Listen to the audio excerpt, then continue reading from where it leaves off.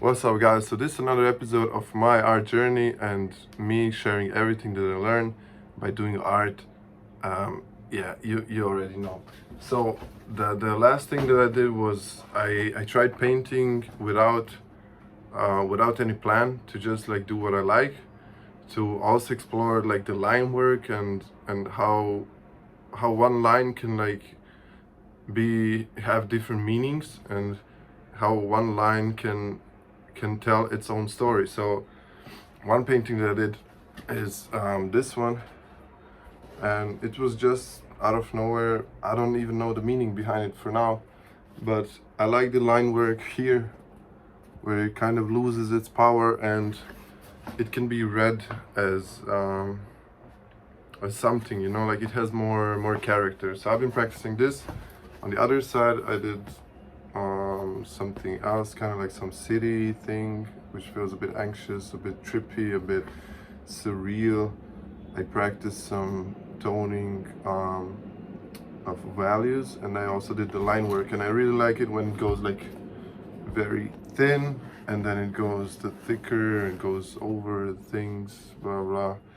It kind of looks nice, and I never used this before in my art, and I always kind of approached art as wanting to have the finished result, the painting, the idea that I have, and kind of make it nice. And I wouldn't care that much about the process. I wouldn't care that much about each line, but every line can tell something about either your now I'm missing the English words. Like every line can tell you like your physical, if you're tense or you're loose, or you want to do it fast, or you want to do it, you're careful and you want to do it slow, you're a bit insecure maybe. So your line can tell a lot about you, and that's what I'm learning right now. Then here I started a painting just with the lines, and then I started coloring in, and it didn't really feel honest, or it didn't really feel like the way that I wanted to be doing art, because I started feeling like I'm just like filling in the color blocks from the lines that I did. Like here I had to go with the brown inside and gray here, and it just didn't feel very free, but it felt like doing the work and filling inside the lines. And I don't want my art to be like that. Same as this artwork here. I did the characters with line, and then I had to color them in. So I mean, there can always be some play involved in going over the lines, but I don't think right now is the way that I want to be doing art. But I like practicing the line work, and I see how much I can say just with one line, if it's like connected all the time, or if it's fluid, or if it's like very snappy, or however you call it, I don't know. So yeah, I think this lesson today was about first letting go of having this fixed image in my mind, and just like start by not knowing, so going through this fear, and then once you're there, you again go through the fear of messing it up, because you don't know if this color will go, but you can always color it over. So in this painting I started with blue, and then later I colored it over, so the blue left around the character, and it looks like some kind of aura, which only later I started to like. At the beginning I was like, oh, I hate this painting. So yeah, like all of these paintings are kind of like lessons, and I liked this lesson, I enjoyed it, and I will be doing more, of course. But yeah, this is just the main things that I learned right now that I want to share, that means something to me.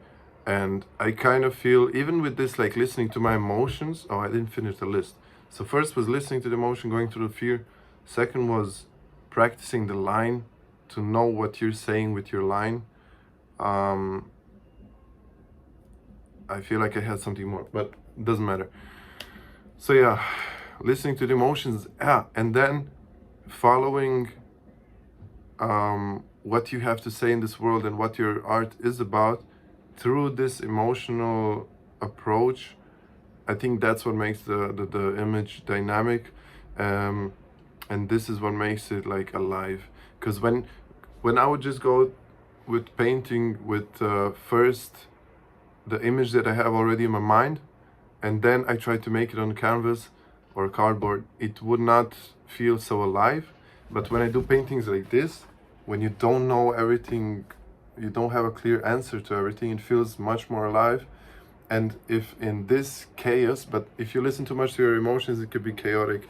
So if in this chaos you're still able to follow your meaning, your purpose in life, your purpose in art, so you get to express the message that you want through this emotional buildup that you have, I think this is the goal. That's where I want to get at. And I always try to like connect the heart and the mind, the emotion and the analytical stuff. And yeah, I think this lesson was great for this.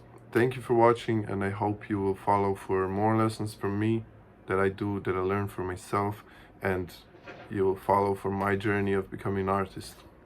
Ciao.